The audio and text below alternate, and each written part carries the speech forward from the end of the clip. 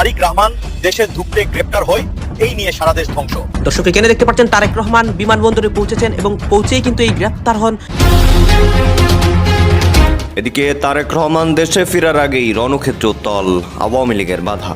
সকালেই ককটেল নিক্ষেপ, একজন নিহত, আহত হয়েছে অগণিত। হঠাৎ করেই উত্তপ্ত ঢাকার রাজপথ।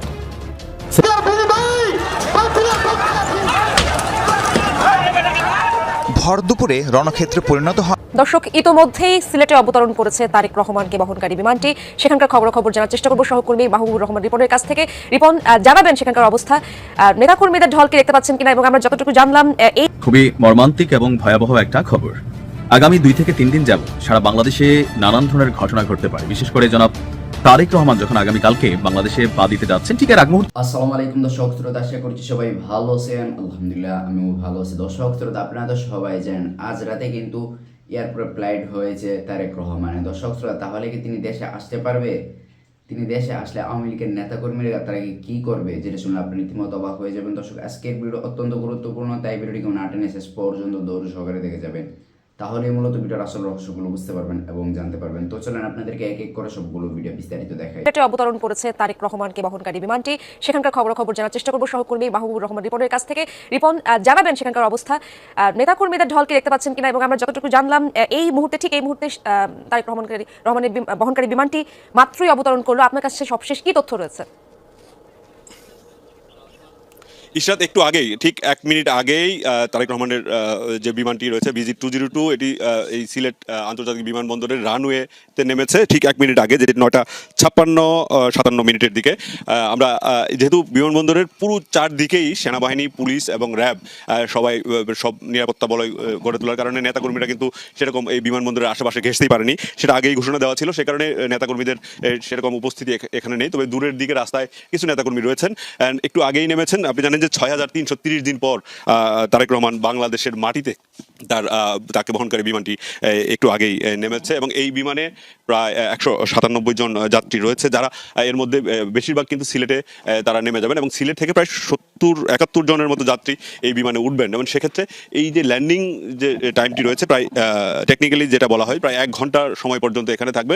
সেই অনুযায়ী 10:50 থেকে 56 মিনিটের মধ্যে বিমানটি আবার ঢাকার উদ্দেশ্যে এখান থেকে রওনা হবেন। এবং পুরো বিমানবন্দর জুড়ে কিন্তু এই মুহূর্তে নিশ্চিত নিরাপত্তার ব্যবস্থা, এবং সব মিলিয়ে বলা চলে যে এইখানে যারা এই বিমানে যাচ্ছেন তাদেরকেও নানাভাবে পরীক্ষা নিরীক্ষা করা হয়েছে। আপনি জানেন যে তারেক রহমান বাংলাদেশে এই বিমানে ফিরবেন, এটা জানার পরে কিন্তু বিমান তাদের যে টিকিটিং সিস্টেমটি রয়েছে সেটা কিন্তু বন্ধ রেখেছিল, এবং এর আগে যারা টিকিট কেটেছিলেন তারাই শুধুমাত্র সিলেট থেকে ঢাকায় যেতে পারবেন, এর পরে আর কাউকে তারা টিকিট দেননি। এবং যারা এই বিমানে যাচ্ছেন তাদেরকেও নানাভাবে নিরাপত্তার যে বিষয়গুলো থাকে এবং সেগুলো পরীক্ষা নিরীক্ষা করা হয়েছে, এবং সর্বোচ্চ নিশ্চিত নিরাপত্তার মাধ্যমে কিন্তু এই যাত্রীরা বিমানে উঠবেন এবং ঢাকায় পৌঁছাবেন।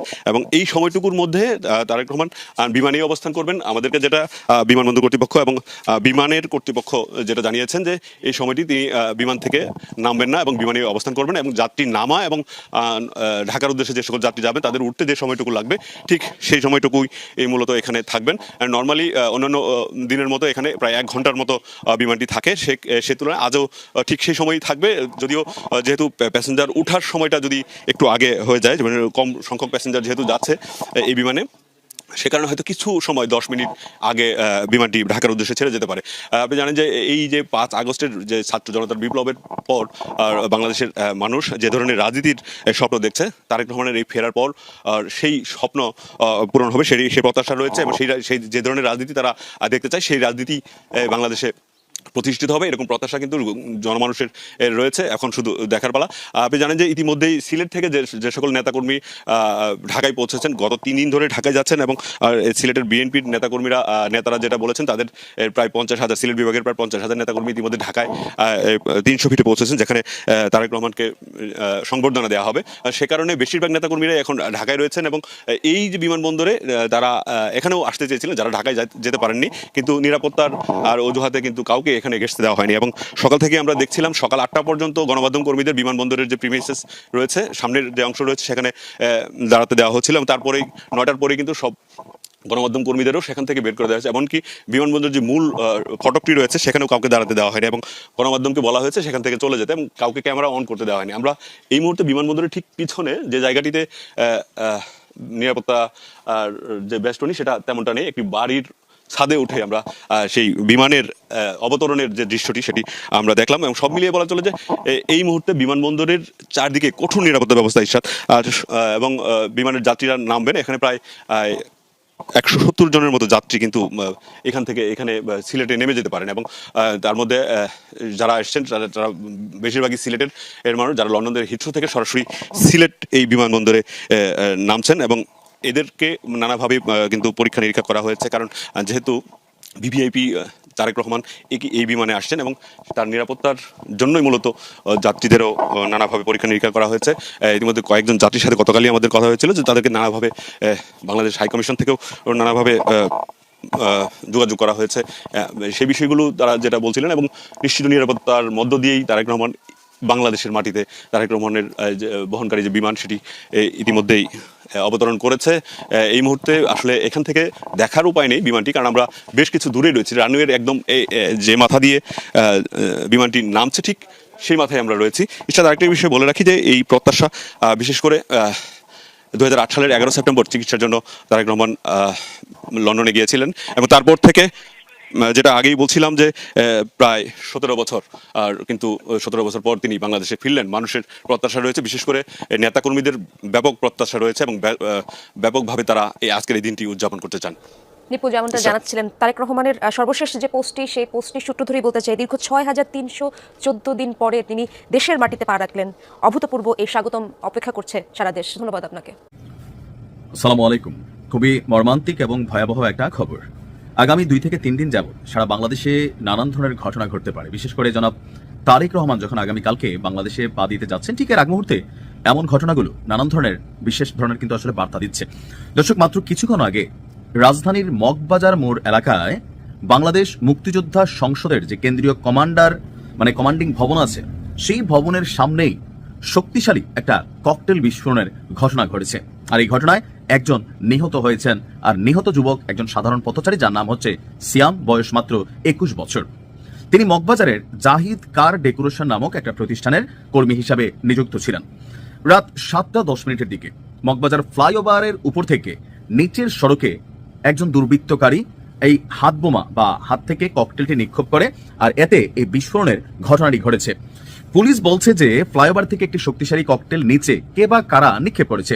ধারণা করা হচ্ছে ককটেলটি নিক্ষেপ করার পর যেই ভাইটা মারা গেছেন জাহিদ, তার মাথায় সরাসরি আসলে আঘাত করেছে, এতে তিনি ঘটনাস্থলেই মারা গিয়েছেন। প্রত্যক্ষদর্শীর বরাত দিয়ে পুলিশ আরো বলছে, দোকান থেকে নাস্তা নেওয়ার জন্য সিয়াম ওই রাস্তা দিয়ে যাচ্ছিলেন। দেখেন কতটা প্যাথেটিক, দোকান থেকে নাস্তা নিয়ে যাচ্ছিলেন, একটু পরে নাস্তা খাবেন, কিন্তু রিজিক আসলে তার শেষ হয়ে গেছিল। আজরাইল হাজির হয়েছিল ওই ককটেলের মধ্যেই। ডিবির যিনি কর্মকর্তা আছেন মাসুদ, তিনি বলছেন, আমি এবং আইনশৃঙ্খলা বাহিনীর অন্য সদস্যরা ঘটনাস্থল দেখেছি, বিষয়টি নিয়ে তদন্ত চলছে। ঘটনাস্থলে থাকা চায়ের দোকানি যিনি আছেন, তিনি বলছেন, আমার কাছে এসে চা চেয়েছিল সিয়াম, আমি কাপ ধোয়ার প্রস্তুতি নিচ্ছিলাম, এমন সময় হঠাৎ করেই বিকট শব্দ। এরপর দেখলাম সিয়াম মাটিতে পড়ে গেছে, মাথা থেকে রক্ত বের হচ্ছে, মাথার ঘিলু চারদিকে ছড়িয়ে ছিটিয়ে পড়ছে। সরজমিনে দেখা যায় বাংলাদেশ মুক্তিযোদ্ধা সংসদ কেন্দ্রীয় কমান্ড এবং মগবাজার জাতীয় চার্চ পরিষদের সামনের সড়কে ফারুক টি স্টল নামক একটি চায়ের দোকানের পাশেই ককটেলটিকে নিক্ষেপ করা হয়। কে ভাই তুমি? কেন এই কাজ করলা? কার কথাই এই কাজ করলা? আর এতে তুমি কি অর্জন করলা? এই যে ছেলেটা মারা গেল, তার বাপ মায়ের যে অভিশাপ, যদি ছেলেটা বিবাহিত হয়ে থাকে, তার নববিবাহিত স্ত্রীর অভিশাপ তুমি কোথায় নিবা ভাই? আমার কাছে খারাপ লাগে কি জানেন, বাংলাদেশ নিয়ে আমরা যখন পৃথিবীর অন্যান্য দেশগুলোতে বসবাস করি, রাজনীতি সব দেশে আছে, কিন্তু ক্ষমতায় থাকা, ক্ষমতায় না থাকা, ক্ষমতায় থাকতে ক্ষমতা থেকে হারিয়ে গেলে এই রাষ্ট্রটাকে নিয়ে যে একটা খেলা চলে, আর এই খেলার শিকার সব সময় গরিব মানুষরা হয়। আবার এই ঘটনাগুলো কিন্তু গরিবরাই ঘটায়। এই যে ধরেন ককটেলটা যে মারছে, সে কিন্তু বড় লোকের ছেলে না। আপনি ধনাঢ্য পরিবারের কাউকে 5 লাখ 50 লাখ টাকা দিয়েও এই ঘটনা ঘটাইতে পারবেন না। আমরা যারা আছি মধ্যবিত্ত, দরিদ্র, গরিব, 500, 1000, 5000, 10,000 দিলেই আমরা এরকম ঘটনা ঘটাই দিতেছি, নিজেরাই নিজেদের জীবন নিয়ে খেলাধুলা করতেছি। আর এতে রাজনীতির কি অর্জন হয়? জনাব তারেক রহমানের দেশে ফেরাকে ঘিরে পুলিশ সর্বোচ্চ সতর্ক অবস্থায় রয়েছে, নিরাপত্তা দিচ্ছে, কিন্তু আসলে কি সব দিকে এভাবে নিরাপত্তা দেওয়া সম্ভব? সারা ঢাকা শহর কি সিসিটিভির ক্যামেরার আওতায় আছে? ঘটনাস্থল হচ্ছে 300 ফিট, কিন্তু এখন আশেপাশে এই ধরনের ঘটনাও তো রাষ্ট্রকে অস্থিতিশীল করে। তবে আমরা মনে করি গুরুত্বপূর্ণ কিছু স্থানে সিসিটিভি নজরদারি আরেকটু বাড়ানো দরকার, যেন বিষয়গুলোকে আইডেন্টিফাই করা যায়। যে বা যারা এই ঘটনা ঘটিয়েছে তার দৃষ্টান্তমূলক বিচার, শাস্তি দাবি করছি। ভালো থাকুন। এই মুহূর্তে উপস্থিত আছি এয়ারপোর্ট রোডে। যত দূর যাচ্ছি তত দূর মানুষের শুধু দুই পাশে লাইন ধরে দাঁড়িয়ে থাকা এবং মানুষের যে স্রোত, সেই স্রোত কিন্তু আমরা দেখেছি। আমরা আসলে বেশ অনেকটা দূর হেঁটে এসেছি। চারিদিকে কিন্তু মানুষের আসলে আনন্দের যে জোয়ার সেটা চোখে পড়ছে।